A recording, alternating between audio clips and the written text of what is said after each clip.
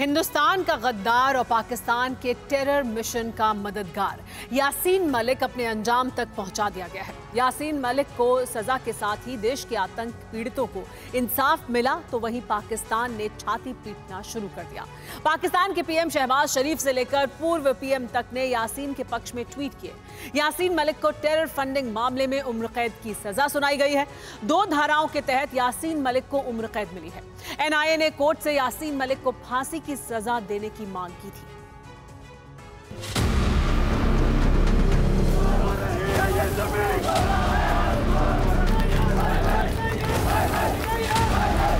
जम्मू कश्मीर में प्रदर्शन चल रहा था और दिल्ली में एनआईए कोर्ट के बाहर जबरदस्त सुरक्षा बंदोबस्त था।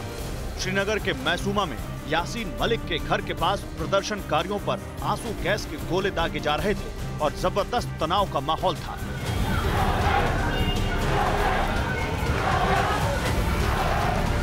दिल्ली में सुनवाई पूरी होने के बाद श्रीनगर में ये अफवाह फैल गई थी कि यासीन मलिक को फांसी की सजा होने वाली है। दिल्ली की एनआईए कोर्ट में जबरदस्त सुरक्षा के बीच फैसले का इंतजार चल रहा था। शाम 4 बजे तक फैसला आने की उम्मीद थी, लेकिन फैसला आया शाम करीब 6:10 पर। एनआईए कोर्ट ने यासीन मलिक को उम्र कैद की सजा सुनाई। यासीन को सेक्शन 121 आईपीसी के तहत उम्र कैद की सजा दी गई। सेक्शन 17 यूएपीए के तहत भी यासीन को उम्र कैद की सजा हुई। अन्य धाराओं में भी यासीन मलिक को सजा दी गई है। यासीन मलिक की सभी सजाएं एक साथ लागू रहेंगी। कई धाराओं में सजा सुनाई है, उसमें 121 आईपीसी और 17 यूएपीए के अंदर उन्होंने उम्र कैद की सजा सुनाई है। अलगाववादी नेता यासीन मलिक ने टेरर फंडिंग मामले के तहत लगाए गए आरोपों समेत उस पर लगे सभी आरोपों को स्वीकार कर लिया था। मलिक ने न्यायाधीश से कहा था कि वो अपनी सजा का फैसला अदालत पर छोड़ रहा है। यासीन मलिक को उम्र कैद की सजा सुनाने के बाद श्रीनगर के पास चल रहा प्रोटेस्ट भी खत्म हो गया।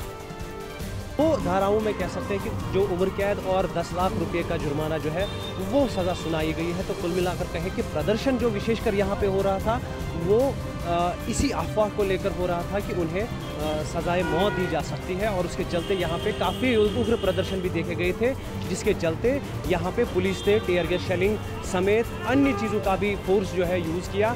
लेकिन कुल मिलाकर अभी प्रदर्शन थमे हुए हैं। तो कुल मिलाकर कहें तो ये बात अब निस्संदेह साफ है कि जो मैसूमा में प्रदर्शन हो रहे थे वो विशेषकर यासीन मलिक की मौत की सजा को लेकर हो रहे थे।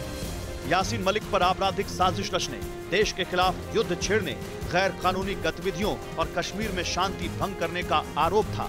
यासीन मलिक को एनआईए कोर्ट ने 19 मई को दोषी ठहराया था।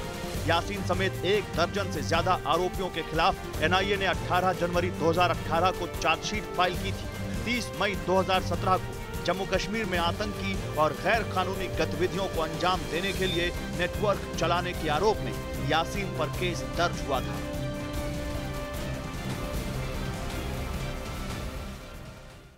अड़ी सोमवार से शुक्रवार शाम 6 बजे सिर्फ TV9 भारतवर्ष पर।